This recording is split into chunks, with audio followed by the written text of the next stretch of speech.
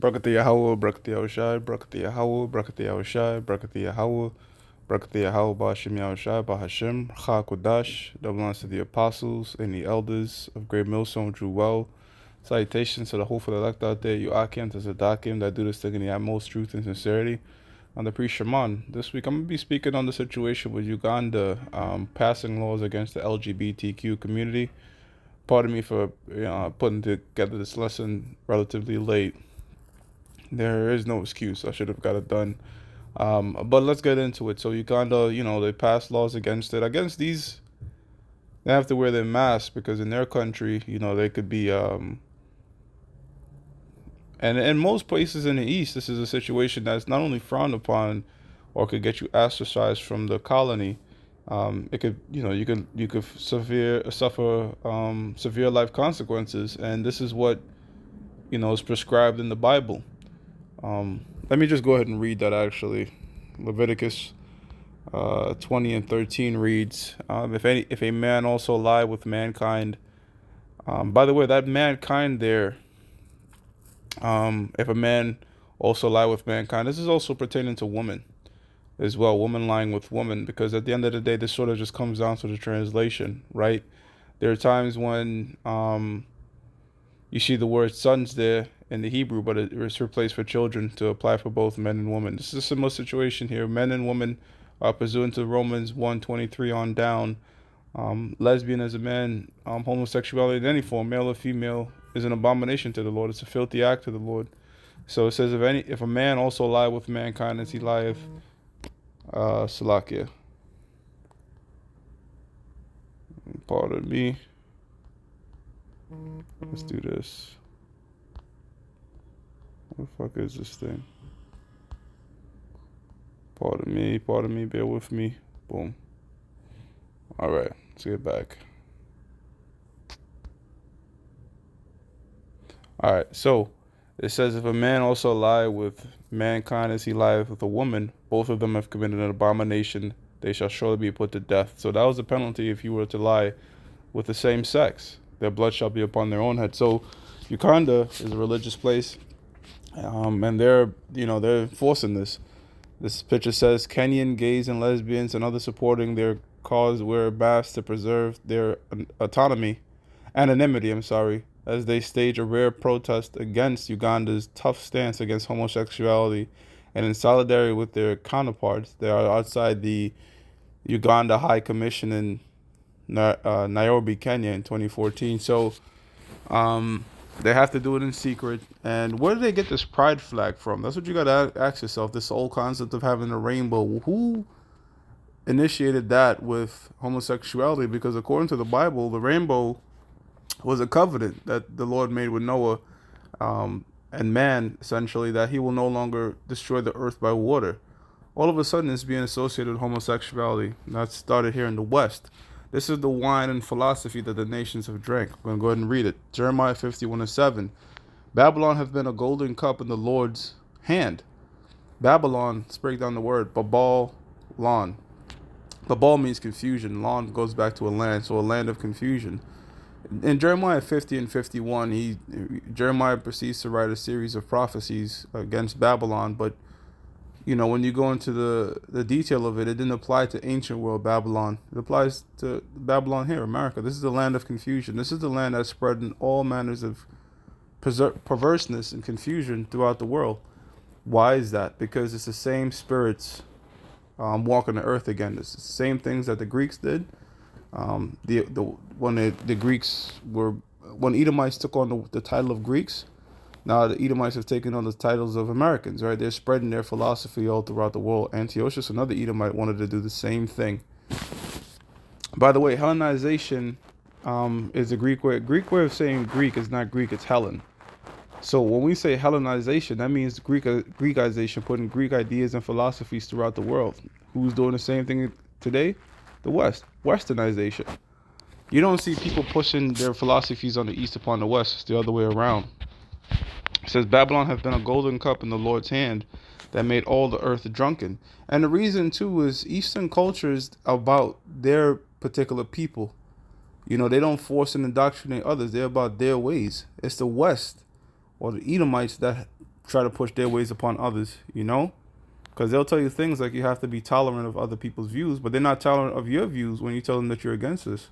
It says, Babylon has been a golden cup in the Lord's hand that made all the world drunken. So they're drunk of the wine, the philosophies, right? There's times that a cup and wine could represent wrath. There's a type of cup and wine could represent slavery. And in this instance, it's representing philosophy and a way of thought that made all the world drunken. The nations have drunken of her wine, therefore the nations are mad. So the nations have pissed off. The people of Uganda and all these different places across the world that have adopted democracy and adopted LGBTQ and trans right and all this stuff, they see what becomes of it. You know, you look here in America, you now have the ability to mutilate kids under the age of 2 and put them on hormone therapy and things like that. And you know, as a parent, you know, you want to determine what's good for your children. You don't want the government and other people to tell you what's best for your children. But that's what's being done here, you know? When you go into the book of Deuteronomy 23:1, it reads, He that is wounded in the stones or hath his privy member cut off shall not enter into the congregation of the Lord. So the Lord doesn't want that sort of situation in his congregation. And we're in a day and age, you know, where they're mutilating children, you know, literally by definition, that's what they're doing, and forcing them upon hormone suppression. And it's like, yo, what can you remember your thought process when you were 2 or 4 years old, you know? So it's and they have the utmost rights to do whatever. So nations have tried this. Nations have seen the blowback. We've seen the blowback here in America. What this has caused suicide rates, a lot of confusion. So the people of Uganda are taking a stand against this. You know, none of the people in the West are coming against them, but they're taking a stand on it, man. See? And before I proceed, let me just prove real quickly with a precept that wine can represent the philosophy. Wine doesn't always represent an actual drink, right? Isaiah 51:21. Therefore, hear now this, thou afflicted and drunken, but not with wine. See? Afflicted and drunken, but not with wine. You know, wine is you know, fermented grapes turned into liquid that can intoxicate you, right? But the scriptures is telling you could be drunk, but not with wine. So there's times, again, when it's talking about wine and being drunk, but it's not talking about actual wine.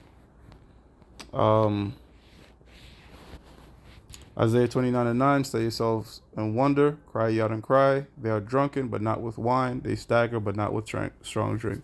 So that's how you sort of get understanding on the scriptures, man. Precept upon precept, line upon line. Now let's go into this article. By the way, I've not read this article. It's the first time I'm reading it. Lagos, Nigeria. Uganda's parliament has passed some of the most sweeping anti-LGBTQ legislations in the world. Same-sex acts were already unlawful in Uganda, but on Tuesday night, lawmakers voted to ban identifying as LGBTQ+, or the so-called promotion of gay identity. In a packed chamber, lawmakers overwhelmingly voted in favor of legislation called the Anti-Homosexuality Bill, with only 2 of nearly 400 representatives voting against it. So the people over there are unanimous in this. You know, it's not, they're strongly against it. You see, in America, it's pretty much a lot of divide, right? Most people will say, I don't care, just keep it over there, do whatever you want to do. That's sort of like the general thing you hear in America, but the point is, it's a very indecisive stance of how far they wish to push it, right? Such as like transitioning kids. You know, there's a much divide. There in Uganda, pretty much people are unanimously against it. They're unified. They're truly unified. You know, 2 out of 400 is like less than damn near 1%, man. See, because 1% of 400 is 4. So literally like less than 1%. 0.05%. Wait, no, 0.5%, right? If I'm doing that right. See? Or half of 1%. There you go. It says representatives voted against it. Congratulations, said Speaker Anita Among. Whatever we're doing it for the people of Uganda. And I believe it's I don't know if it's going to be said in this article, but they were saying that they're doing it for the kids, you know, for the kids' future, because a child's mind is very malleable. You know, you could bend and mold it in any way. So they're trying to protect their future. You know, people are looking at America, looking at TikTok here in the West and saying, I don't want my nation to be run this way. Now you got guys over here like DeSantis, all right, that are fighting for traditional values, right? Ron DeSantis out there in Florida, Okay, he's putting bans all over against this stuff. But again, the United States is made up of states run separately by different governors. It's funny they call it united, but it's very individualism in each state, right? Um, but over there in Uganda, it's one Uganda standing up against this stuff. Same sex, going back, it says same sex acts have been criminal in Uganda under British colonial era laws, but this new legislation goes much further. So called aggravated homosexuality, which includes sex with someone who has HIV, could incur the death penalty. The law would also punish anyone who identifies as gay or queer, and potentially people or rights groups seen to promote or support LGBTQ identity. Now you got to ask yourself, take your feelings aside, take how you feel against this. I'm talking about somebody that just might be listening, because we that follow the scriptures, you already know our stance. You got to ask yourself, which side will the God of the Bible be on? Which side would the God of the Bible be on? Would the God of the Bible be on the side of America? Policy concerning LGBTQ plus, or would it be on the side of the Ugandans? You know, and if you're a Bible follower, you got to go with the scriptures. You see, because in the book of Amos, chapter 3, verse 3, you see in the book of Amos 3, verse 3, can two walk together except they be agreed? And you got to have fun with this, man. But it's true. Can two walk together lest they be agreed? So, and you cannot serve two masters. So are you going to listen to the ways of America? Or you're going to put the stance of that of the Bible? Hell, you know, there's a high possibility that this show could even get banned. It says Ugandan LGBTQ activist Richard Luzimbo told NPR the LGBTQI community has basically been told you can't raise your head, you can't be seen, or can't be heard. But for Luzimbo, like many, the legislation is the result of pressure both from within and outside the country. Now I gotta say this. Rules are passed based on the majority, not the minority, right? If 400 people, so 398 people say yep, and 2 people say nope. You got to go by the 398, and that's how society is normally run, right? Because the majority of the world is right-handed. You do have people that are left-handed, but the world is built in a right-handed world. You know what I mean? It's accustomed to deal with those that are right-handed. Or what about this? People that are blind, right? People that are blind. Everything in the world is not written in Braille. You do have things that are written in Braille, but things are to accommodate those that can see. So you go with the consensus. So if this country, all right, if the consensus of the country is this is their law, what gives America or the West and the right to go over there and tell them, no, you're wrong, this is what y'all should do? It's not like it's 50-50 or no, it's like damn near unanimous. So what gives America the right to go over there and tell a country what to do? And this is why people are getting pissed off with America, because America wants to go around and police the world. It says, but for Luzimbo, like many, the legislation is the result of pressure both from within and outside of the country. From the very start, this whole bill coming into Uganda was because of, for example, American evangelicals who would come to Uganda, and what's happened in Uganda is not in isolation. Homosexuality is criminalized in more than 30 of Africa's 54 countries. Again, that's the majority right there. It's more than 50%. International condemnation has been swift. U.S. Secretary of State. Why is the U.S. What does this? This is Africa. What does this have to do with the U.S., man? U.S. Secretary of State Anthony Blinken tweeted that the bill would undermine fundamental human rights of all Ugandans. He added, "We urge the Ugandan government to strongly reconsider the implementation of this legislation." Why? Because you know what? If they don't say anything, you got to understand the alphabet community is very, very powerful and influential in the United States. You could lose your job. You could, if you voice up opinions against it. So these people in office, they got to say so. Even if they don't want to, they have to, or else they'll come after your ass. The small hats and the alphabet community are the most powerful communities right now here in the West, man. You say anything against them, your ass could lose your career, man. And people got families to feed. It's almost like a speakeasy to be straight nowadays and say straight things. Say masculine things. It says White House National Security spokesperson John Kirby said Washington is watching this real closely and did not rule out possible economic repercussions if the legislation is implemented. So pretty much they'll put sanctions on Uganda and hurt them for just practicing what they believe is a nation. See, only the United States do shit like this, man. It says the United States High Commissioner of Human Rights, Volker Turk, called it deeply troubling development. If signed into law by the president, it will render lesbian, gay, and bisexual people in Uganda criminals simply for existing, for being who they are. And you have so-called right-wing Americans that will say, you know, everybody should have their rights. But here's the thing, though. The Bible deals with not big enough liberty and doing things freely, you know, because if you lean upon your liberty and whatever you want to do, it's desperately wicked. Let's get that.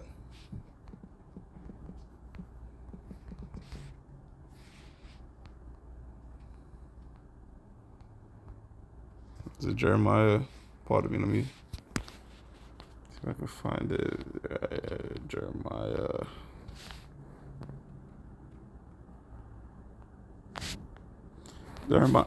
17:9. The heart, which is the mind in your head, is deceitful above all things and desperately wicked. Who can know it? So if you were to just follow exactly how you feel, you'll fall into wickedness. This is why the Bibles are set up to tell us to go against the things of the flesh of how we feel, but instructions of how the Lord wants us to live our life.